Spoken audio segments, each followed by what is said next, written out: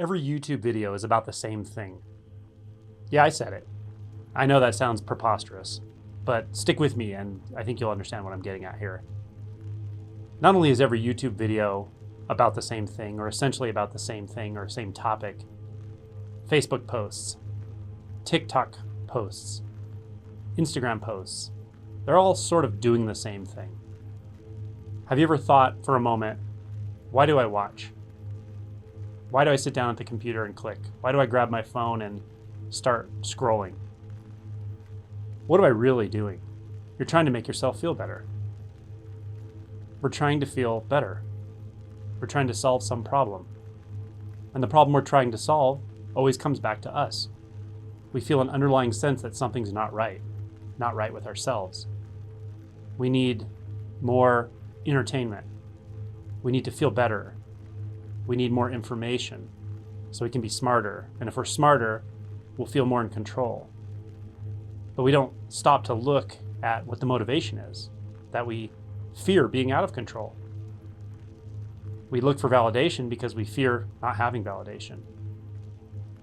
We try to make ourselves feel good because we have a fear of feeling something else, like sadness, guilt, shame, helplessness. So when we watch videos, when we engage in entertainment, even infotainment, which is probably most of what we see anymore, rather than news or journalism, what we're really trying to do is make ourselves feel better. Now, on occasion, we'll come across something that makes us feel very different, a sort of altered experience.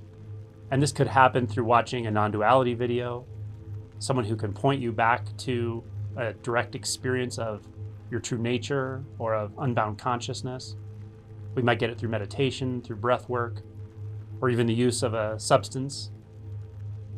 But here's what happens. We get that taste, and the apparatus of the one who's still trying to make itself feel better, the one that feels like me, and that me doesn't feel good, so it's trying to make itself feel better through various means, through shopping, through relationships, through seeking, through trying to get more money, through trying to find the right partner, all of it.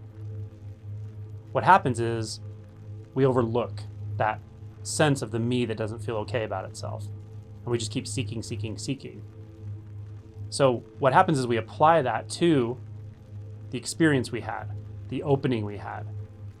Let's call it a spiritual experience or even a mystical experience.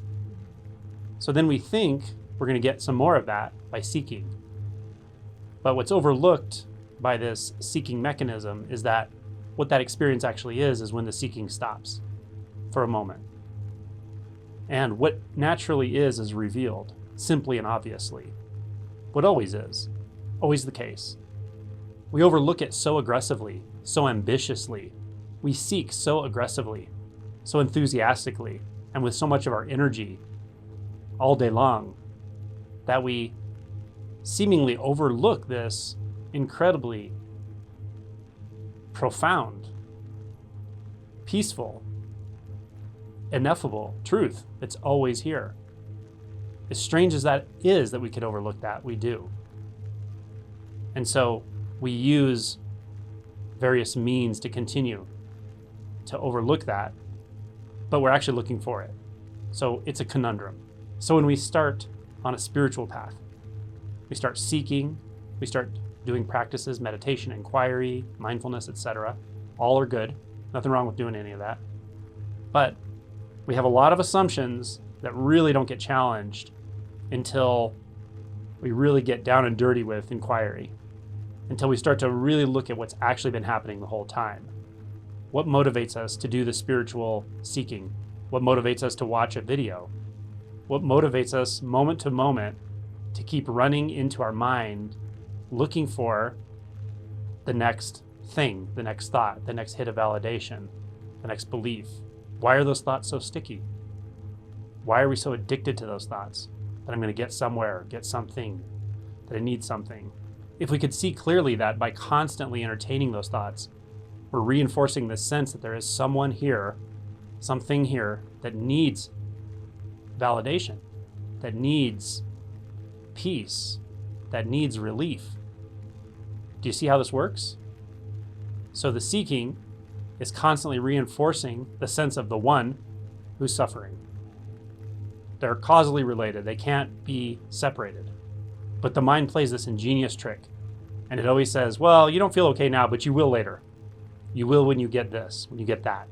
The next hit, the next drink, the next hit of validation, the next boyfriend, the next girlfriend, the next vacation, the next thing in the mail from Amazon, whatever, the next video.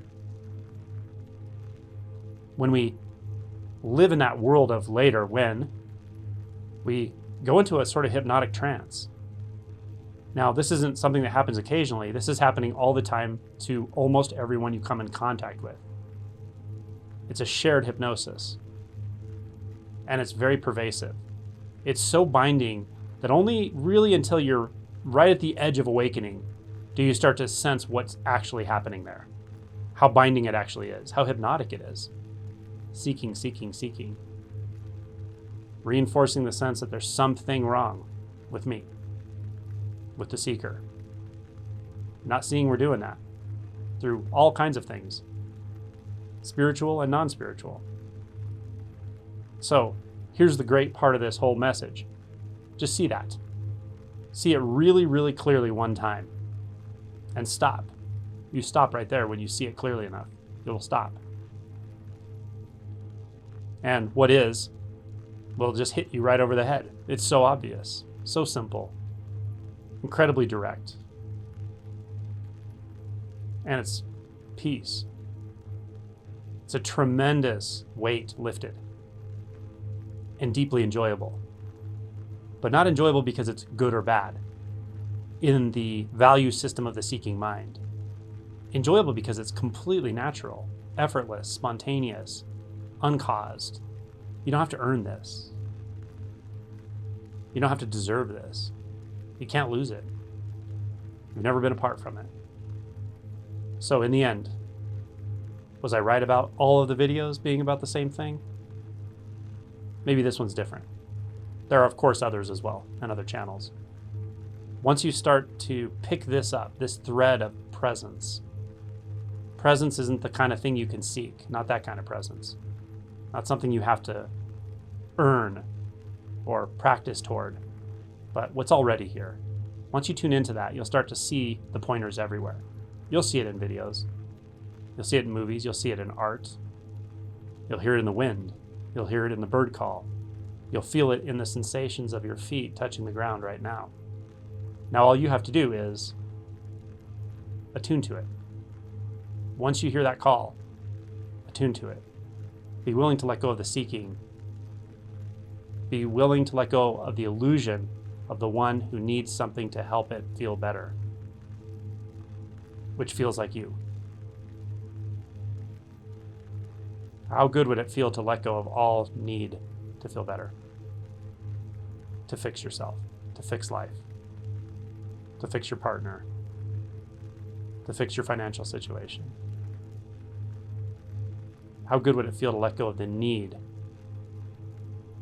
to do all of that, to make yourself feel better?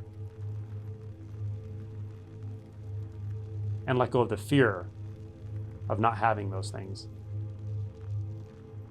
And then to see that everything just happens naturally anyway. Doesn't mean your life will fall apart. It just means you'll stop struggling with life. And see how naturally everything emerges.